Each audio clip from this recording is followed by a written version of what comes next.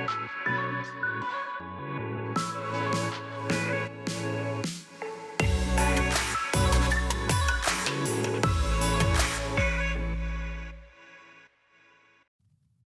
all. Welcome back to ACCFI Presents.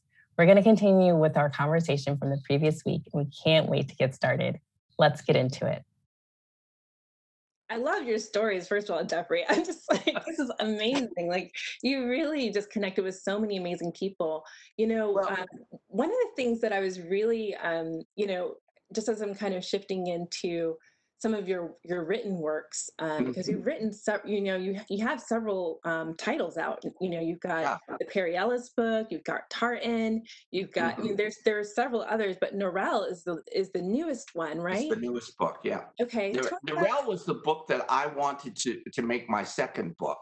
The first book I did was Tartan Romancing the Plaid. Since I was a little kid, I've always been obsessed with Scottish tartan plaid. Now, ask me why a black kid from Washington is obsessed with Scotland's national fabric. I wanted to know why. I couldn't figure out why. Why was I so obsessed with it? And then as I started to explore it, I saw that other people were obsessed with it. I mean, when you go to Korea, they love tartan plaid. When you go to Japan, when you go to Milan, every well-dressed Milanese doctor, lawyer, architect, they have a tartan line raincoat or tartan scarf, and they're not Scottish.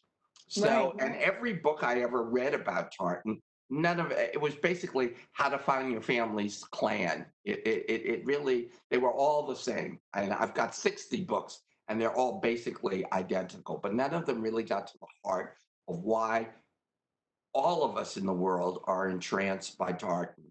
Mhm. And so I said, I'm going to write a book about it. Now, I didn't know the first thing about writing a book. In fact, I went to Barnes and Noble. I bought a paperback book called How to Write a Book. And, then, I love do a that. table of contents and I might need to borrow do a that book. marketing plan and, all of that kind of stuff. I followed it, I followed it religiously. It took me 5 years to do the book, but it's a coffee table book. It's 288 pages. It Wow. weighs 6.5 pounds. Oh, It's a it's incredible big book work. with gorgeous pictures, but it also has a lot of text and a lot of story, the history of tartan, where it comes from. And we talked to theologians, we talked to psychiatrists, we talked to architects, we talked to composers, we talked to lots of people to get their feeling about why tartan is important and why we relate to it. So, Mhm. so that was the first book. When I finished it, I said, I'll never do another book because it was the hardest thing I've ever done. But it was successful right away, and it's still in print.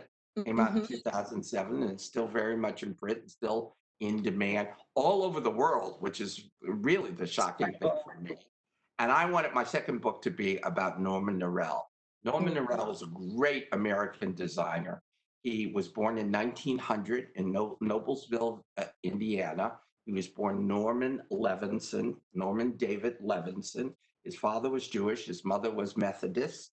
And he came at 20 years of age, he came to New York to study at Pratt and Parsons School of Design, to study design.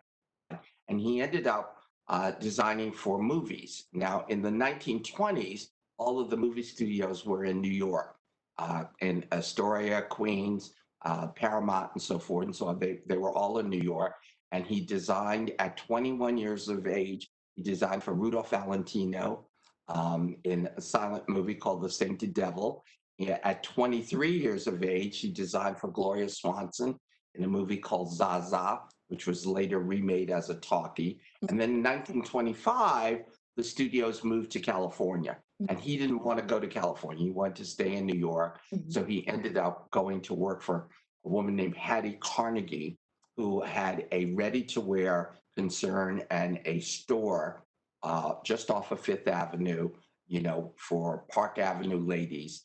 Wow. When she was an immigrant from Poland, when she got to Ellis Island, the customs people said, "What's your name?" And she said, "Who's the richest man in America?" And they said, "Andrew Carnegie." And she said, "That's my last name." So she was a total invention herself. And Norman decided that he needed a more glamorous last name.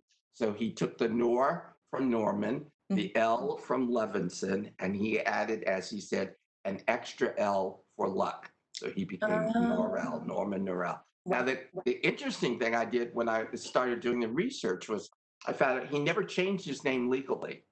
It was, Norman David Levinson, AKA Norman Norrell. But he became very quickly the most famous American designer, starting in the 1930s on his own, and then going right through to 1972 and his death at 72 years of age. Wow. He dressed Dinah Shore and Lena Horne and Lauren Bacall and Doris Day and Jacqueline Kennedy and Marilyn Monroe. I mean, just all these incredible people, as well as lots and lots of regular customers. And the thing about Norell's clothes, which even as a kid drew me to him and why I wanted to do this book about him, was the clothes were made beautifully. He really understood Paris couture techniques, which he did in ready to wear. His clothes were ready to wear. You had to go to a store to buy them. He didn't make custom clothes. Even if you were Marilyn Monroe and you ordered a dress in a different color or a different length, he would make it for you, but you had to pay a store. He had it shipped through one of his stores because he said his stores had been loyal to him from day one. So he was not going to have you run the stores by trying to go up wholesale, as it were. Oh, wow. Yeah, all of his customers they got an invoice from a store, whether it was Bergdorf's or Bonwitz or whatever.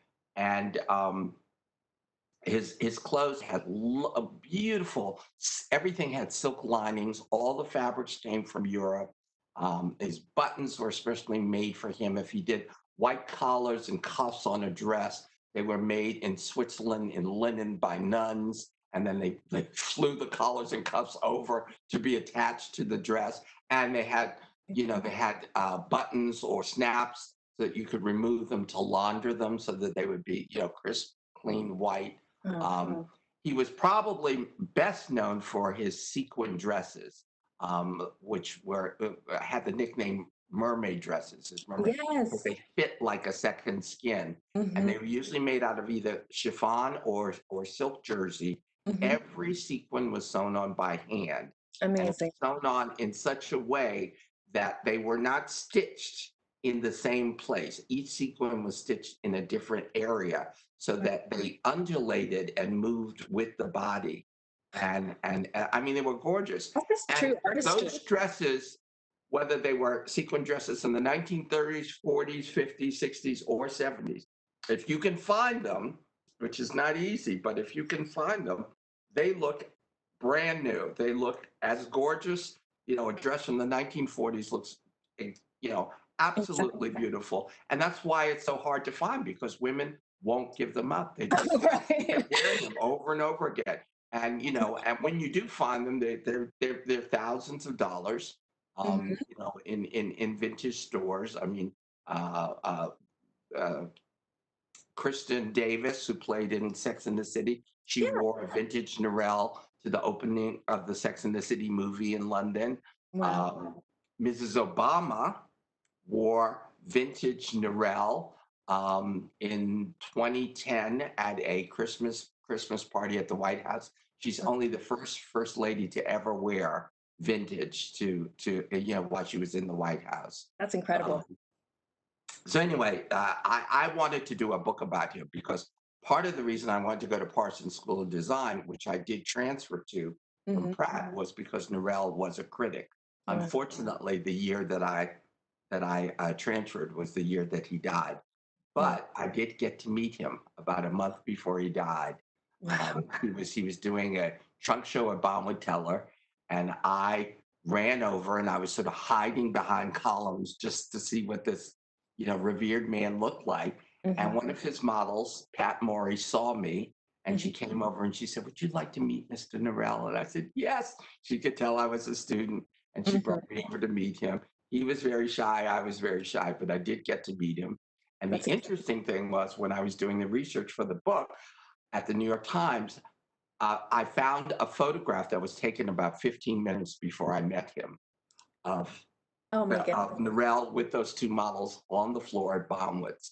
They had Wow. been published in the Time. So it was like kind of full circle. I Of love course, that. I kind of got chills when you said that. You're like 15 minutes before you even found an image. That's so cool. yeah, In yeah, the New York yeah, Times.